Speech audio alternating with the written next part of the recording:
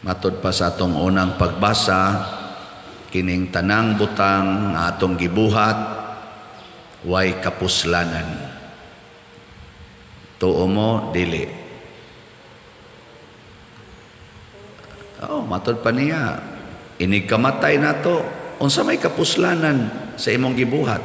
Sige kag trabaho, adlaw o gabi, eskwela ka, ako siging misa, inig kamatay, unsa may makuha nato. Mo na iyang analysis. O realistic, o may kamatuoran. Sige kag simba, ikamatay nimo, unsa may mahitabo nimo. No. Sige kag panindot anang imong balay, inig kamatay nimo, unsa may madaan nimo. Sige kag tigom og kwarta, inig kamatay nimo, unsa may mada. Tanawa lang ng imong mga kaliwat, imong apuhan, imong ginikanan, mga kaila nato, inig kamatay, unsa may mada. Bisag unsa kadato, bisag katong Queen of kisa to? England, sa batong kuana nga pagkamatay, lunod, maura gyud to. Kadako siyang gingharian, ngadto pa magisa sa ubang mga gingharian na naglagot na magay ng uban tungod sa iyang mga gibuhat, pipila. Ikamatay, unsa man? Pre anang gubat ron sa Russia o sa Ukraine, kay di gyud mo sugot si Putin nga ang Ukraine maunay buhaton, ang Ukraine di san mo sugot. Sige silang away kay dipinsahan nilang kaugalingon, inig kamatay kay mga matay gina sila. Bisag unsa pa ng armasa ilang ilibot nila, patay gina sila. Di ba? Kamatay, di lain na sa imo abot. Mao na ningon si Solomon kay siya may gasuwat aning Ecclesiastes, way kapuslanan. Sige, lingian na imong tupad. Hinawa ra gid ni kapuslanan. Kani ngunani panindot-nindot ta sa atong simbahan. Maglinog lang ni, pareha atong linog sa China, pertindaghanang nangalusno. Linog sa Japan, linog dito sa laing nasod. Oy, kani dahil lanig kalusno, mga buak raning tanan. Nya igor ta mo lingo-lingo. Way kapuslanan. Perting gasto na to diri. Baga na kay tagnaong siging baligyag slat. Wala ba sa kayo mo palit? Maingon sa nanguban. Kana sa pagpalit og slat pa dir, wa sa nay kapuslanan. Sige tagpalit og slat nya ang imong gitukod, maguba ra day inig linog. Way kapuslanan. Mao na. Di na lang ta magmisa. Ay na lang saan mo pagminyo. Di ba? Ay na lang mo ulis inyo. Lingkod na lang mo diya. Huwata na lang kanus amo mga matay. Wa man din kapuslanan. Nga igsoon, kung ang atong tawhanon nga panabot, bisag unsa pata ka maalamon sama ni Solomon, sama ni Herodes, nga usa ka hari dinhi sa itong ebanghelyo. Kung ang atong saligan, kinirang atong hunahuna, mo ending kita nga mo ingon way kapuslanan kay dili man ni siya kaabot sa kamatuoran nga tinud-anay portion of truth. Kabahin las kamatuoran ang maabot ani atong hunahuna. Mao bitaw si Kristo kun moingon ug mosunod mo nako, kalimti ginang inyong kaugalingon, pasabot ayaw mo pagsalig anang inyong hunahuna nga tawhanon kay gamay ra kay nagmaabot sa tinuod nga kamatuoran. Muinding hinuon ka nga ma-stress, maglibog, ma-confuse sama ni Herodes, hangtod maghikog na lang ka. Kay wa nakakasabot sa panghitabo sa kinabuhi. Kay kining atong hunahuna di ni katugkad bisan pag unsa ka ka-bright. Unsa man day atong saligan, matod pa sa atong tubag sa Salmo. Unsa to? Sa tanang panahon, o Ginoo, ikaw ang among dalangpanan. Kung musud ng Ginoo nato, niya magsunod na ta sa pagtulunan sa Ginoo, muhayag ang atong pananaw ug maksabta nato unsay meaning sa atong gagmay ug dagko nga mga buhat sa kalibutan. Bisan ka ng imong gihuna-huna na nanay siya'y kapuslanan o kadautan, doon na siya'y meaning. Doon na mahitabo. Gitawag na to, doon na impact sa imong kinabuhi. Matod pang sa unang pagbasa, gatuyok-tuyok lang ang panghitabo. Ang atong gibuhat karon ingon ta bag-o kanang cellphone, kanang TikTok, kaning atong mga satellites, kanang atong kaning mga nuclear weapons nga kunuhay bag-o, sige gitag bag-o. Matod pas unang pagbasa, nahimo naman na kaniadto, wa na lang ta kahinumdom. Sa kanus aman sa ay sus, billions of years kinsa pagoy mahinumdom? Posible ba yan? Balik-balik lang ba? Anang imong kilay, sigihan imong kiskis, anaon niya, imong badlisan. Nahitabo sa nasuna. Nahitabo sa na. Kana sigig panguyab, mga bana, bisag minyo na, manguyab lang yapon. Nahitabo sa nasuna. Mga asawa, mga bit, ay sus, nahitabo sa nasuna. Daghan sa kayang hitabo. Pare, magkuhan. Nahitabo sa nasuna. Kining stained glass na to din naitabo sa nasuna, magbalik-balik ra gyud.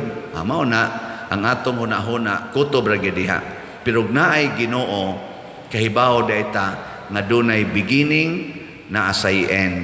Kinsa man ang beginning ug end, ang alpha ug ang omega. Symbol diha kanang A ug kanang iyo nga gituad. Mao na alpha and omega. Kinsa man ang sinugdanan ug ang katapusan, ang Ginoo. Siya ang nagsugod sa tanan, siya sad ang katapusan sa tanan. Pasabot, kining atong gibuhat dinhi, musangko gitas pag-atubang sa Ginoo. Og muhatag taghusay, unsay atong gibuhat.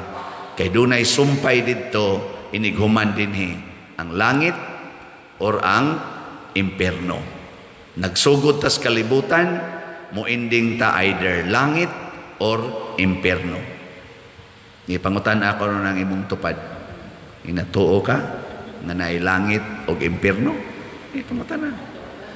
Ipangutan na. Nisanong, imong tupad.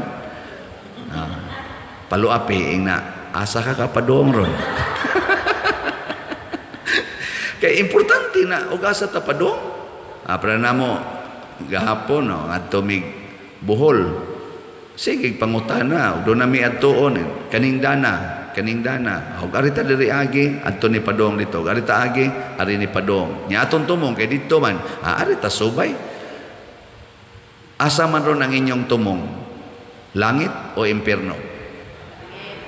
Kinsay mo atog langit, taas ang kamot.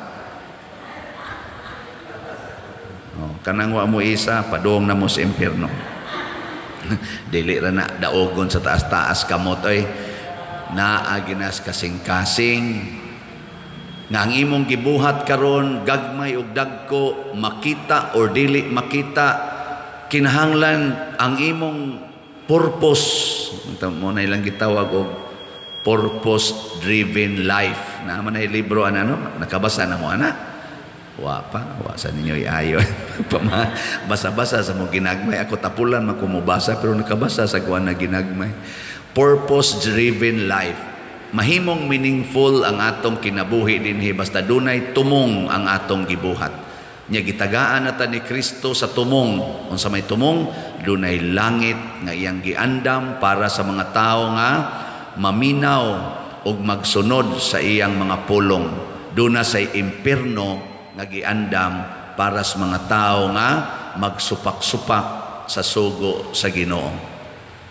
O kanus aman nato mailhan nga padong nakas impierno. Sayon ra gyud kayo kun ang imo ganing gibuhat makahatag og kahasol or kaguol sa kadaghanan sa mga tao, dili lang sa pipila kay naaman sa diyoy masuko nasa game. Pero makahatag na ganing kahasol o kaguol in general kana padong nakas impierno. Sama nang magpista ta sa kapilya nya disco, sugal, tari, inom. Unsa man na? Naghatag nagkalipay sa atong katilingban? Ha? Susiha? Susiha. Kining tari, hantak, kanang na ang hubog-hubog, kanang siging disco, tanawa og nakahatag ba kalinaw. Unya pag yun, ang gipistahan pag yun, San Lorenzo Ruiz, San Roque, inahans kanunay panabang. Malipay ka na sila. Mao ba na ang ilang binuhatan? Mao ba na ang ilang gipromote sa ilang pagkasantos? Kanang disco, sugal, inom, nya magsukmagay, magdinunggabay, inighuman, nya inighumas disco, paris-paris ang mga mugbo kay short nga mga batanong dalaga o mga ulitaw sang batanon, hala tinukhangay ditog maayo, nya magpabunyag dayon, purting daghana magpabunyag, wa rabay mga kasal. Mao ka na gikinahanglan? Wala. Nakana sa kuan pa lang na ha, sa celebration na sa pistas kapilya, nga debusyon ginantos Ginoo, bisan dinis parokya. Kamo nakabantay mo dinhi, nagpista ta, wa kay ko magsigig himog kalingawan no. Wa mo masukuan na. Lain ang atong kalingawan dinhi, manghatag tagbugas ngadto sa atong mga pobre nga mga kuan, mga kaigsuunan, mga 2,000, hantod abot 3,000, manghatag tag mga ayuda, pagpaayos ilang mga balay, pagpatambal sa masakiton.